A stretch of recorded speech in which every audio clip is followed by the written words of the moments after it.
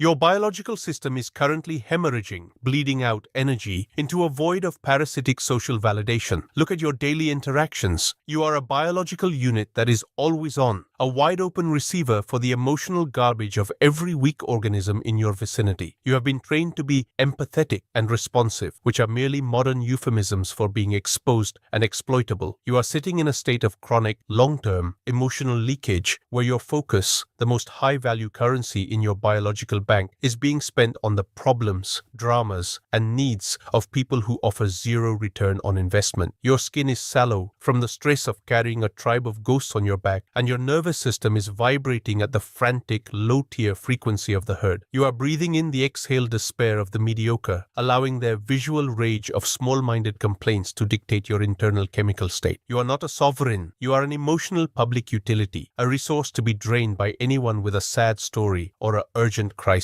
You are a resource-rich organism with a non-existent perimeter defense. The system doesn't want your growth. It wants your emotional availability for the weak. Thousands of years ago, emotional starvation was a lethal tactical weapon. Your ancestor, the sovereign of the frozen tundra, understood that his attention was a finite biological fuel. If he spent his emotional energy on a weak signal, a member of the tribe who refused to contribute, or a distraction that didn't lead to a kill, he died. His hierarchy was built on the foundation of selective lethality. He possessed a mind that could turn off the signal of those who were irrelevant to the mission. His primal grounding was his coldness. He didn't have empathy for the predator that was hunting him, nor did he have pity for the elements. He understood that to survive, you must be able to starve the parasite of your attention. He was a master of the cold gaze, the ability to look through a human being as if they were nothing more than a stone in the road. And you have the emotional boundaries of a sponge. You have been systematically dismantled by a culture that demands you care about everything, which in reality means you care about nothing effectively. You are a wolf that has been taught to cry for the sheep. To break the emotional shackles, you must reinfect your DNA with the virus of the stone heart. You must treat your attention as a high-tier weapon that you only draw when the kill is guaranteed. Starve the parasites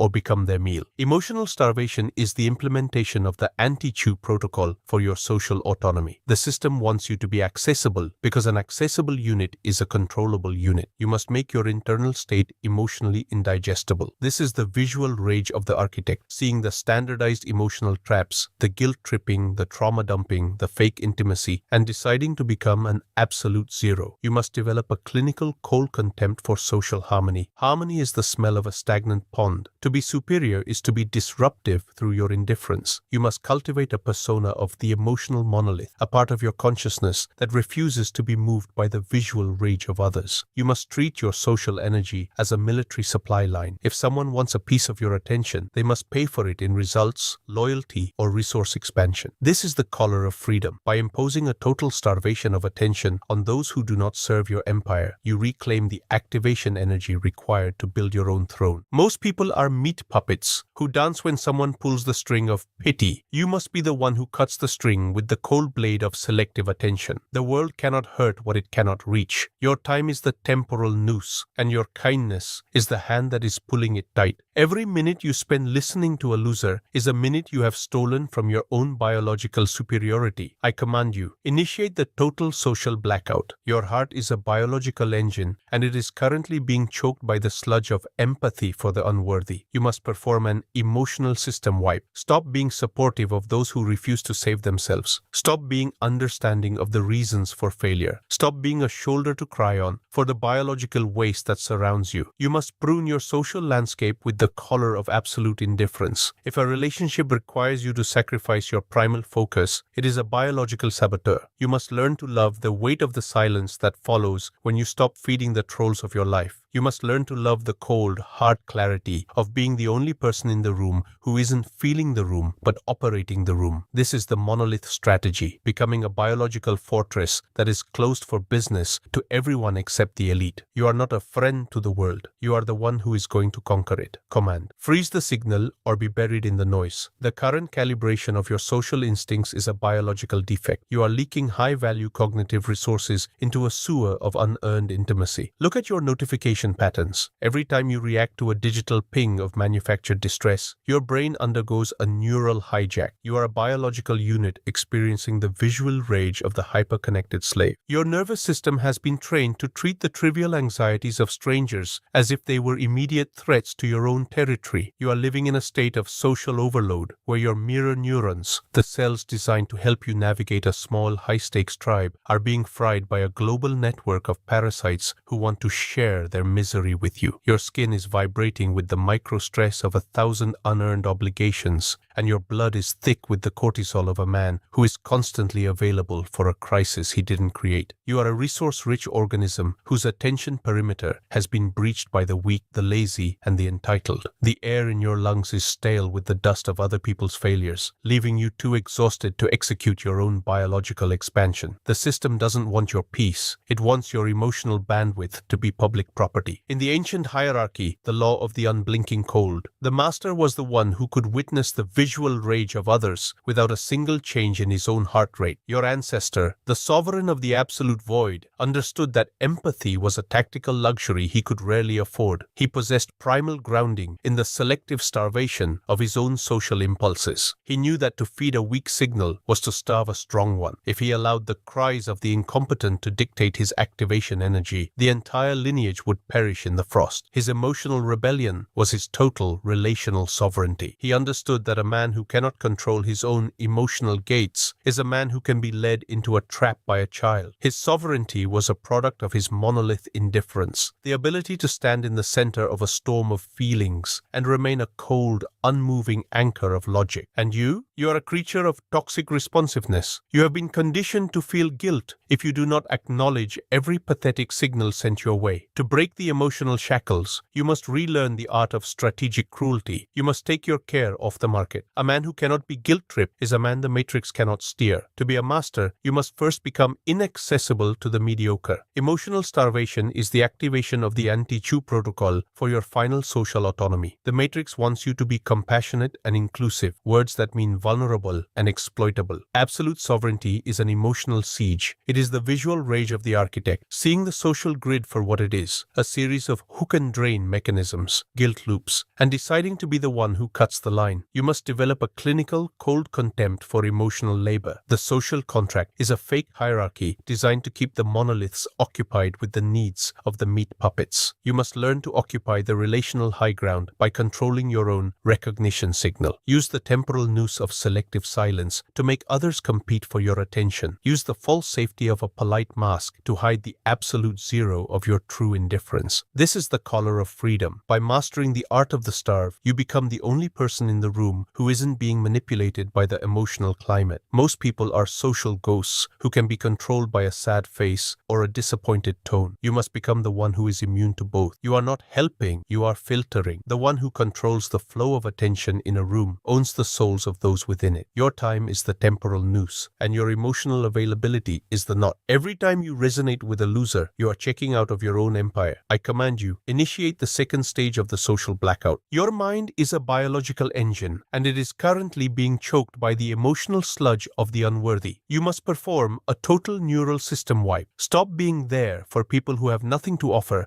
but their own stagnation. Stop being part of the conversation when the conversation is a circle of victims. Stop being a unit of support in their social network. You must prune your emotional interactions with the collar of absolute indifference. If a relationship requires you to sacrifice your analog focus, it is a biological saboteur. You must learn to love the weight of the cold. You must learn to love the drama-free hours where the noise of the herd is distant and your mission is the only signal in the dark. This is the monolith strategy, becoming a biological fortress that is close to the public by choice and on target by design. You are not a member of their society. You are the one who is going to outlast its decay. Command: starve the parasite or become the host. Your current psychological baseline is a biological catastrophe. Look at your mirror neurons, those ancient cellular mechanisms designed to harmonize you with your tribe. type. They are currently being exploited as a backdoor for every digital and social parasite in the matrix. You are a biological system in a state of terminal activation leak. Every time you feel for a stranger on a screen, every time you sympathize with a weakling who refuses to lift his own weight, you are literally draining the chemical battery of your own ambition. You are living in a house with no doors, wondering why the trash of the world keeps blowing into your living room. This is the visual rage of the over-empathetic slave, seeing your life force being dissipated into social causes and emotional solidarity, while your own territory remains undefended and your own empire remains unbuilt. You are breathing in the toxic fumes of a collective that demands your attention as a form of tribute, leaving you lightheaded, distracted, and easy to lead into the slaughterhouse of the common good. The system doesn't want your heart. It wants your attention capital to be socialized. Return to the ancient hierarchy, the law of the unmoving monolith. In the primal world, the master was the one who could witness the death of the weak without a flicker of hesitation in his own mission. Your ancestor, the sovereign of the absolute cold, understood that selective attention was his primary survival tool. He mastered primal grounding by becoming an attention fortress, a figure whose focus was so heavy and so singular that nothing could distract him from the hunt or the defense. He understood that to care is to be linked. If you are linked to a sinking ship, you drown with it. He used his emotional starvation to create a cognitive resonance of absolute authority. By withholding his emotional validation, he forced others to revolve around him like planets around a dark sun. He was a master of the visual rage of silence, the ability to look at a crying victim and see only a biological inefficiency. He understood that the human brain is a machine that runs on feedback loops, and by cutting the feedback, he paralyzed the influence of the herd. And you're terrified of being cold. You spend your energy trying to be supportive, when the only support you should be providing is the structure of your own dominance. To be a king, you must first become a desert. Emotional starvation is the activation of the anti-chew protocol for your final mental expansion. The Matrix wants you to be available and connected, words that mean harvestable and weak. Absolute sovereignty is a biological siege of the self. It is the visual rage of the architect, seeing the social grid for what it is, a series of emotional hooks, stimulus-response lures, and deciding to be the one who never bites. You must develop a clinical, cold contempt for emotional reciprocity. Reciprocity is a horizontal bond for equals. Selective attention is a vertical tool for the elite. You must learn to occupy the psychological high ground by controlling the flow of your internal signals. Use the temporal noose of total unavailability to drive the weak into a state of desperate compliance. Use the false safety of a neutral face to mask the viral infection of your total indifference. This is the collar of freedom. By mastering the art of the void, you become the only person in the room whose reality is not dependent on others. Most people are meat puppets who can be triggered by a single mean comment or a lack of appreciation. You must become the one who is dead to both. You are not socializing, you are filtering out the noise. The one who can go the longest without feedback is the one who controls the room. Your time is the temporal noose, and your empathy is the knot. Every time you understand someone who isn't contributing to your empire, you are tightening the rope around your own neck. I command you, initiate the final social imperative. This is the tax of insight. You have been given the key to the vault of biological focus. To keep it, you must use it as a weapon of starvation. You must become a living monolith of unshakable indifference. You are no longer a friend, a partner, or a helper. You are a sovereign operator. You must perform a total social liquidation. If a relationship requires you to care without providing a 10 times return on your activation energy, it is a biological saboteur. You must prune your life with the collar of the absolute zero. You are building a fortress of results in a world of feelings. Ваша холодность – это физическое доказательство вашей biological leverage. Вы не дарите внимания, вы заставляете его заслуживать. Вы не участвуете в драмах, вы наблюдаете за их распадом с высоты своего трона. Вы – архитектор своего внимания, и мир – лишь пыль под вашим микроскопом. Command: starve the weak